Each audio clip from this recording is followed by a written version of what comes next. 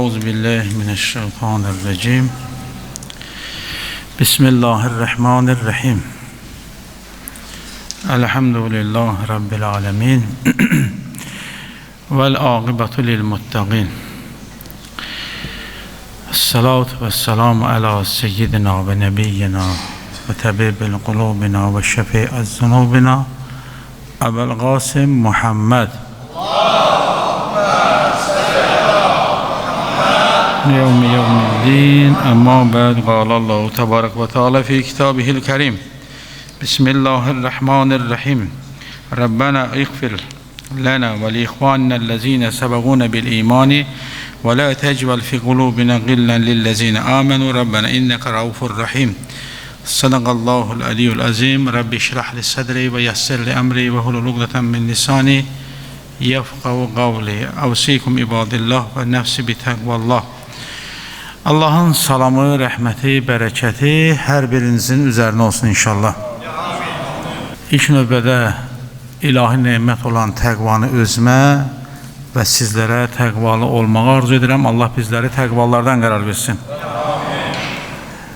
Allah Taala'nı and verirəm, izzətinə, cəlalına, böyüklüyünə xatir. Allah Taala bu rəhmət, bərəkət, məğfirət dolu cümə gününü hər birimizə mübarək eyləsin inşallah.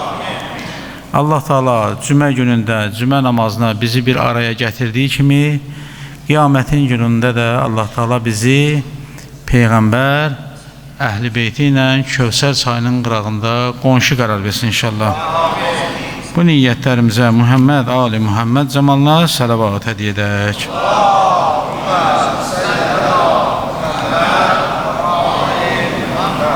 Cümə namazına gələn, cəmaat namazına gələn, məscidə gələn, cümə namazının adabına, cəmaat namazının adabına, məscidin adabına riayət edənlərin özlərinin salamatlığına, dünyadan gedənlərinin istirahat ruhuna sələvat hədiyələn.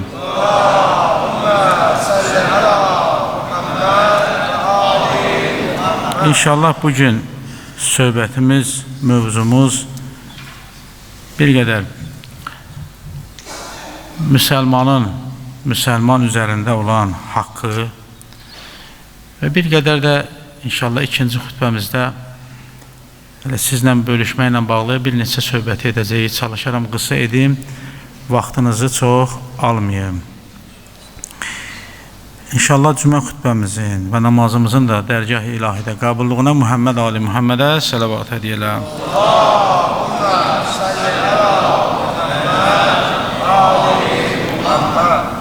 İlk növbədə biz bilməliyik ki, bizim din mənsubiyyətimiz İslamdır. İnsandan soruşulanda ki, dinin nədir? Deyir, İslam. Bəs İslam nədir? Bunun cavabını bilməliyik. İslamı qəbul edənə də müsəlman deyilir.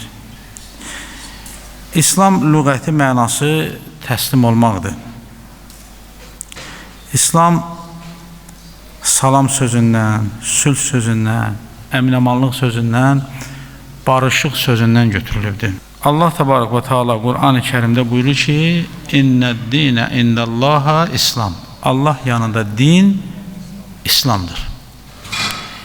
İslam dini bütün dinlərə hörmətlə yanaşır və bütün dinlərlə bağlı olan inancı insanlara da, ümumiyyətlə bəşəriyyətin yaratdığı hər bir varlığa da, məxluqa da hörmətlə yanaşır. Amma bütün bunların fövqündə Qur'an-ı Kərim bizə buyurur ki, bəşərə buyurur ki, dinlər var, inanclar var, əqidələr var, insanlar inanırlar, amma İnnəd-dinə indəllaha İslam. Allah yanında din İslamdır. Və müsəlman kimdir?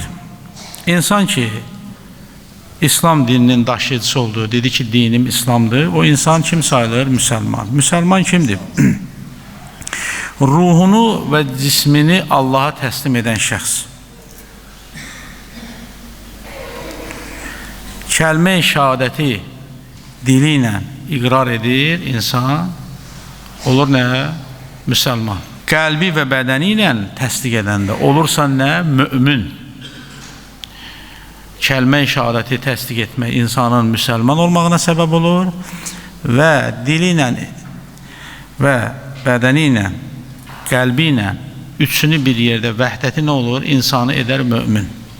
Allah bizi mömin müsəlmanlardan qərar versin inşallah. Müsəlmanın bir tərifi nədir? Deyir, əl-muslimu mən səlimə min lisanihi və yədihi. Müsəlman kimdir? Müsəlman o şəxsə deyilir ki, onun dilindən və əlindən insanlar salamatlıqda, əminamanlıqda qalsınlar.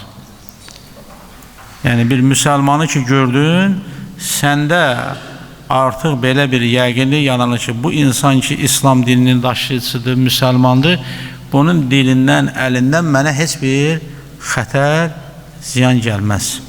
Bir hədisdə buyurur ki, əl-muslimun kəccəsədi vahidun İza iştəkə minhu uzvan ta'ləmə axirun.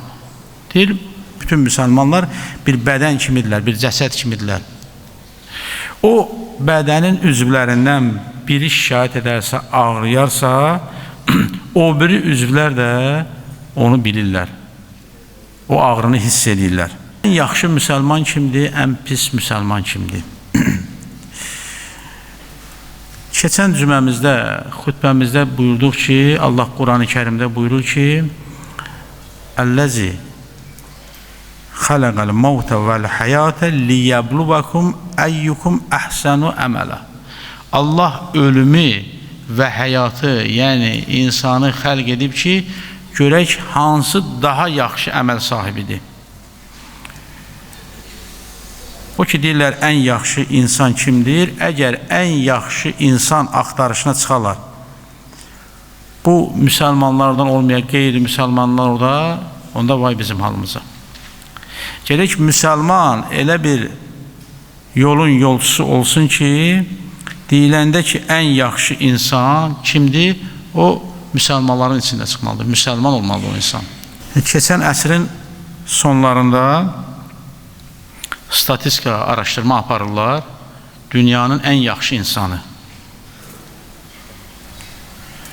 dünyanın ən ali insanı, dünyanın ən gözəl insanı, dünyanın ən ləyaqətli insanı, dünyanın ən sevimli insanı, dünyanın ən mülayim insanı, dünyanın ən təvazükar, ən doğru danışan, bütün ən yaxşılıqlar nə bilirsən, ən yaxşısı kimdir?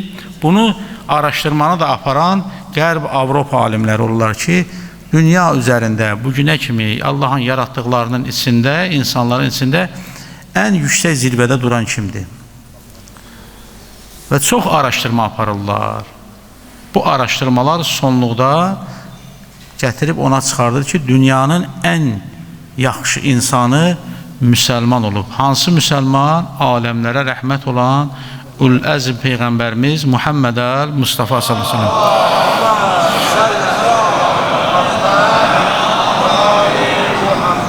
Bir Peyğəmbər ki, biz azanımızda onun adını zikr edirik. Bir Peyğəmbər ki, iqamədə onun adını zikr edirik. Bir Peyğəmbər ki, namazımızda, təşəhhüdümüzdə, 2 rükətli namazda 1 dəfə, 3 rükətli və 4 rükətli namazda 2 dəfə təşəhhüddə onun adını zikr edirik ki, bir Peyğəmbər ki, dualarımızın əvvəli də, sonu da Muhammed Mustafa sallallahu aleyhi və səlləmə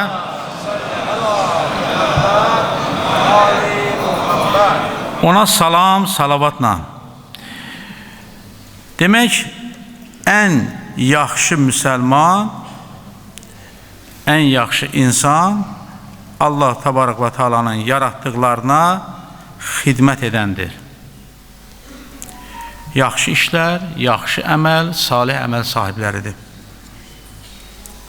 Hələ biz kitablarda, hədislərdə oxuyuruq, Həzrəti Musa aleyhissalamla Allahın bir münacatı var.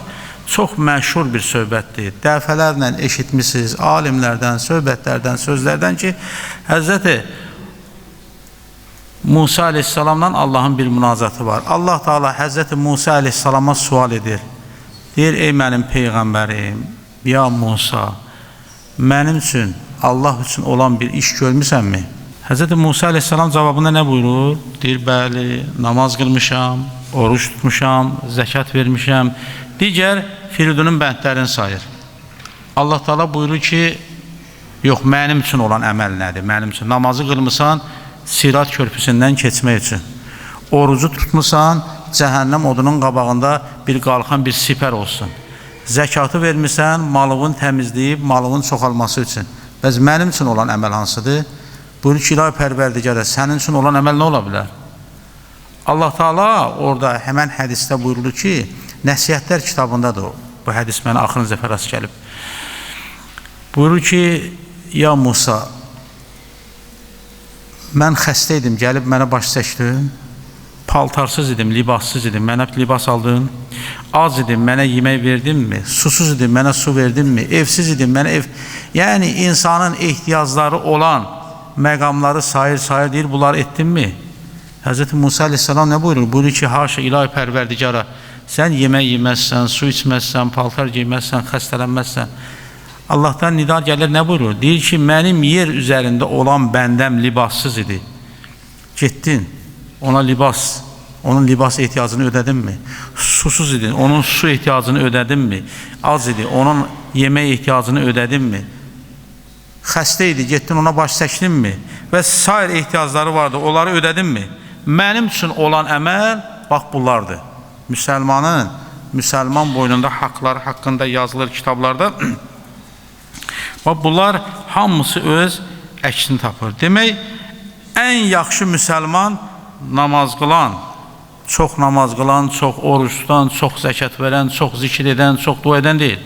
Ən yaxşı müsəlman kimdir? Ən yaxşı müsəlman insanlara daha çox xidmət edən, Allahın yaratdıqlarına daha çox xidmət edən insandır. Hər insan öz həyatına baxsın. Görsün namazı ilə bərabər bunun nə qədər xidməti var. Atasına nə qədər xidmət edir, valideynlərinə nə qədər xidmət edir, onların xidmətində necə durur, qonşularla münasibətdə necədir, insanlarla münasibətdə necədir, müsəlmanlarla münasibətdə necədir, Allahın yaratdıqları, hətta heyvanat aləmi, nəbatət aləmi, bunlarla bunun münasibəti necədir, nə qədər onlara xidmət edib. Bəzən görürsən sıradan bizim bilmədiyimiz, heç təsəvvürümüzə gətirmədiyimiz bir xidmət insanın həyatında necə dəyişikliklər edir. Bir canlıya həyat verərsən, su verərsən, dən verərsən, yem verərsən, sənin həyatında nə qədər dəyişiklik olar. Sənin dünya axirətinə nə qədər müsbət təsir qoyar. Bir hədisimizdə vardı ki, müsəlmanın müsəlman üzərində haqları haqqında buyurur, deyir 5'dir. Müsəlmanın müsəlman üzərində haqları haqqında danışanda ilki 5'dir. İlk 5 hissədə duran bunlardır. Mən baxdım kitablara, gördüm 30, 70, 300 belə haqlardan yazılır. İmam Zeynalabidin Aleyhisselamın, İmam Səccad Aleyhisselamın Səhifə-i Səccadiyə kitabı var. O kitablarda bütün bu haqlar, hüquqlar öz əksini tapıbdır. İmkanı olanlar imamın o kitabını, Səhifə-i Səccadiyə kitabı var.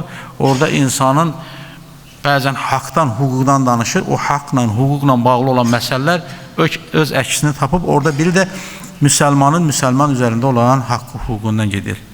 Hədislərimizdə vardır ki, müsəlmanın müsəlman üzərində haqlarından biri budur ki, birinci müsəlman müsəlmanı görəndə ona salam verməsidir. Salamın da bilirsiniz ki, salam verəndə nə deyirsən? Əssalamu aleykum, Allahın salamı sənə olsun. Nədir? Yəni ona sülh, əmin-amanlıq, barış, bağışlanma arzu edirsən. Salamı vermək 69 savabı var, cavabını almağın deyil bir savabı var. Peyğəmbər Rəsulullah heç kəsi özündən önə salam verməkdə qoymazdı ki, kimsə ondan öncə salam versin. Xəstəyə baş çəkmək, xəstə ziyarəti çox tövsiyə olunubdur. Bir neçə yerə tələsmək lazımdır. Bayaq qeyd elədim, Hz. Musa Aleyhisselamın Allahla münacatında Allah Teala buyurur ki, mən xəstə idim, mənə baş çəkdin. Xəstəni ziyarət etmək. Xəstəni ziyarət edən, xəstəyə baş çəkən insan bazarda qədər tələssin. Tələsdi, getdi, oturdu, bazarda qədər tez oradan dursun. Deyir, mələklər onun üçün dua edərlər. Mələklər deyərlər ki, nə yaxşı bir iş gördün. Attığın hər bir addım sənin xeyirli bir addımdır. Hər attığın addım xeyirlidir, xeyirli olsun. Cənnətdə özün üçün bir məskən əldə elədir. Yəni bir insan gedər xəstəni ziyarət edər, hər atdığı addıma savab, xeyirli və mələklər ona həsəd apararlar və deyərlər ki, bu iş sənin üçün xeyirli olsun, cənnətdə özün üçün nə yaxşı bir məskən əldə elədin. Növbəti müsəlman boynunda haqqı dəfindir, insanın dəfn edilməsi. Rəhmətə gedən insanın dəfnində iştirak etmək. Biz hamımız inna lillah və inna ileyhi raciun. Allahdan gəlmişik, qayıdışımız Allah'adır. Amma bir müsəlman dünyasını dəyişərsə, digər müsəlmanların boynunda nədir? Haqq nədir? O nə qədər yuyulmayıbsa, bütün müsəlmanların boynunda onun yuyulması qalır. Ta ki bir nəfər onun yuyulmağını öz boynuna götürməsin. Nə qədər ki o dəfn olunmayıbsa, bütün müsəlmanların boynunda haqqdır ki onu dəfn eləsinlər. Elə ki dəfn olunduğunda hamının boynundan götürülür. Yəni dəfn mərasimində iştirak etmək bizim nədir? Müsəlmançılıq borcumuzdur. Dəvəti qəbul etmək. Bir insanın dəvətini, bir insan əgər səni bir gözəl işə, yaxşı işə dəvət edibsə, sənin müsəlman olaraq borcu nədir? Onun dəvətini qəbul etmək. Və bir məsələ də burada göstərilir. Asqırılan zaman insan ki asqırır, asqıranda insanın özünün əlhəmdülillah deməsidir və qarşı tərəf ki onun asqırmağını eşidir, eşidən tərəf nə deməlidir? Yərhəməkumullah. Allah sənə mərhəmət eləsin. Və asqıran adam təzədən cavabında nə desin?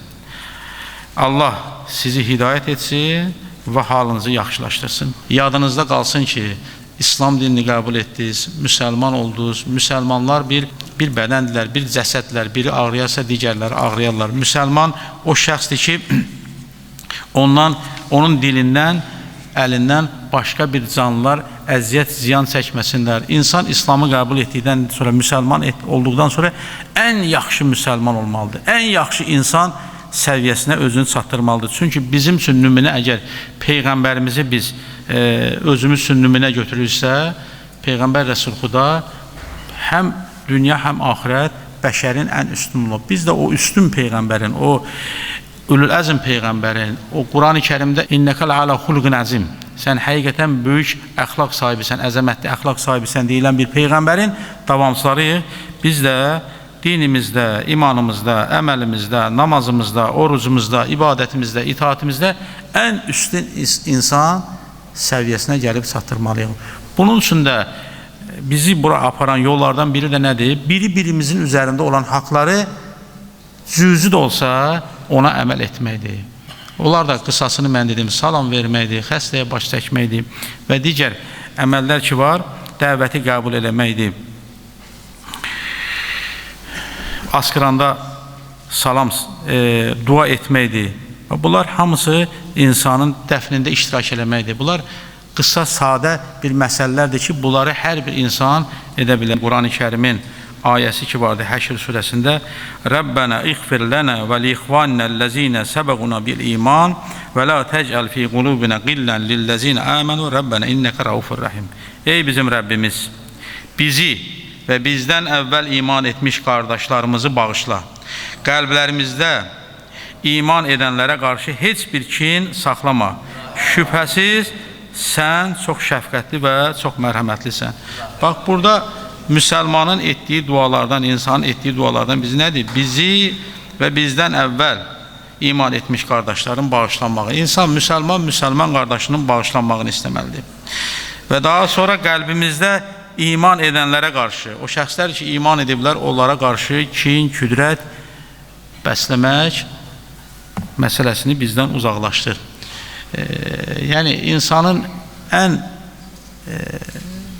çatışmayan cəhətlərindən biri onun qəlbində kin, küdrət, ədavət, nifrət, düşmənçilik və bu xəstəliklərin olmasıdır. Həsəd, paxıllıq. İnsan gərək bunların üzərində işləsin, onları özündən uzaqlaşdırsın. Və Quran-ı Kərimdə də buyurur ki, qəlbimizdə iman edənlərə qarşı heç bir kin, küdrət saxlama. Bu insanın, məxsusən müsəlmanın, müminin qəlbində kin olmasını heç cürə qəbul olunmazdır. Bir insan deyək ki, mən müsəlmanam, İslamı qəbul edirəm, namaz qılanam və onun qəlbində əgər kin varsa, həsəd varsa, küdrət varsa, ədavət varsa, paxıllıq varsa, bu hisslər varsa, onun namazının bir faydası olmaz. Bayaq qeyd elədim, insanın namazının çox qılması, orucunun və digər ibadətlərinin çox sayının artıq olması onun ən yaxşı müsəlman olmasına dəlalət deyir. Ən yaxşı müsəlman kimdir? Əməlində, xidmətində ən yaxşı insan olsun. Bu günlər oktyabr ayı bizim üçün bilirsiniz ki 5 il bundan öncə bizim ordumuz, şanlı ordumuz, əskərlərimiz, zabitlərimiz düşmənlə üzbəüz qaldılar və 30 il ərzində işğalda olan torpaqlarımızı, müsəlman məmləkətinin torpaqlarını, məscidlərini, ziyarətgahı, pirləri, qəbirstanlıqları ki, onlar xarabalığa sevirmişlər. Bizim şanlı ordumuz, əskərlərimiz, zabitlərimiz, şəhidlərimiz, qazilərimiz qanları, canları bahasına onları düşməndən aldılar və 30 illik həsrətə son qoydular. Artıq elə neçə günlərdir bu bir ay ərzində biz hər gün şəhidlər xiyabanda oluruq. Bəzən bir şəhidin, bəzən bir neçə şəhidin, hətta biz yadımdadır ki, bir gündə 7 şəhidi dəfn eləmişdik, 7 şəhidi. O günlər keçdi, qaldı arxada. Bugün onların 5-ci il dönümüdür. Bugün də bir şəhidimiz vardı, Müzəffər.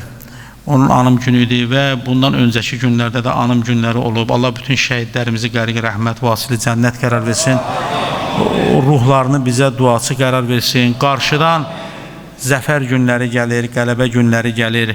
Bu keçən günlər ərzində Cəbrailin, Zəngilanın düşmən tapdağından azad olduğu günlərdir. Bizim Füzulinin, bizim şanlı ordumuz bu əraziləri düşməndən canı qanı bahasını aldı şəhidlərimizin hesabına, qazilərimizin hesabına və sabahda səhv eləmirəmsə Qubatlının düşmən tapdağından azad olan günüdür. Bizim bir neçə rayonumuz bir güllə atmadan belə biz onları düşməndən azad edə bildik. Bu da əlbəttə ki, həm xalqımızın, həm millətimizin, həm insanlarımızın, sizlərin, bütün peşə sahibləri, böyüdən kisiyə, mən indi demək istəmirəm kimlər, hər bir insanı biz orada gördük ki, bu müharibədə, daha doğrusu bu zəfərdə, bu qələbədə payı vardı və hamı bir nəfər kimi ölkə rəhbərinin ətrafına birləşə bildi və bu səbəb oldu, biz Qubatlını bir güllə atmadan belə, Ağdamımızı bir güllə atmadan belə, Laçını bir güllə atmadan belə düşməndən azad etdik və sonda da antiterror əməliyyatlarında biz Xankəndini, Xocalını və digər rayonların suverenliyimizi, ərazi bütövlüyümüzü əldə elədik. Sabah, səhv eləmirəmsə, Qubatlının işğaldan azad olan gündür. Təbrik edirəm hamımızı və bütün Azərbaycan xalqını və bir də bizim üzümüzə gələn günlərdə ayın 26-sı Həzrəti xanım Zeynəb salamullah aleyhanın mövlud günüdür. Allah Teala dünya və axirət o xanımın ziyarət və şəfaatini bizlərə nəsib eyləsin. Xanım Zeynəb salamullah aleyha bir örnək xanım olubdur, ibrətli bir xanım olubdur. Mən indi şəhidlikdən danışdım, şəhid bacısı olubdur, şəhid anası olubdur. Yəni, şəhid övladı olubdur. Bax, ata şəhid, qardaş şəhid, övlad şəhid, həyat yoldaşı şəhid. Yəni, xanım Zeynəb salamullah aleyha o şəhidlərin hər bir şəhidə bağlılığı var. Həm qardaş, həm övlad, həm ata və belə bir varlıq olubdur və odur ki, bütün bunların müqabilində xanım Zeynəb salamullah aleyha Kərbalada o məşhur kəlamı ki var, la rəitu illa cəmilan. Kərbalada nə gördün? Xanım nə buyurur? Buyurur ki, gözəllikdən başqa bir şey görmədim. Böyük bir xanım idi, əzəmətli bir xanım idi, şücaətli bir xanım idi, bəlağətli bir xanım idi. Bugün xanımlarımız üçün ibrət ala biləcək bir xanımdır, kişilərimiz üçün ibrət ala biləcək bir xanımdır. Siz təsəvvür edin, Kərbala hadisəsini o dövrdə bugünə kimi bizə çatdıran xanım Zeynəb salamullah aleyha oldu, İmam Zeynal Abidin əleyhissalam oldu. Yəni, bu iki şəxsin Kərbala hadisəsinin olduğu kimi çatdırılmasında müstəsna xidmətləri olubdur. Və o da inşallah üzümüzə gələn günlərdə inşallah möminlər, qardaşlar bir qərara gələrlər. Bir mövlud gecəsi təşkil edərik, inşallah siz də orada iştirak edəsiniz. O mövludların keçirilməsində, Digər, indi orada dəstəmazxana tikilir, burada tikilir. Hər bir işdə, bu məscidin hər bir işində kiminsə, nəysə qatqısı olarsa, xoş onun halına. Bayaq qeyd elədim, əməli salih olmalıdır müsəlman, xidməti olmalıdır, gözəl əməli olmalıdır. Çalışın, bu işlərdə bir-birinizlə yarışın. Nəinki birinin kişini bəsləmək, küdrət bəsləmək, paxıllıq eləmək, həsəd eləmək, qeybət eləmək, bizə yaraşmayan, müsəlmana, möminə yaraşmayan, məscid əhlinə yaraşmayan işlərdən bacardığınız qədər uzaq olun. Bəzən kar olmaq lazımdır, bəzən kör olmaq lazımdır, bəzən lal olmaq lazımdır. Hər deyilən sözə inanmaq, hər deyilən sözə cavab qaytarmaq, hər gördüyü həqiqət bilmək olmaz. Çalışın bu işlərdə diqqətli olun. Gözəl işlərdə çalışın, gözəl işlərdə yarışın bir-birinizlə.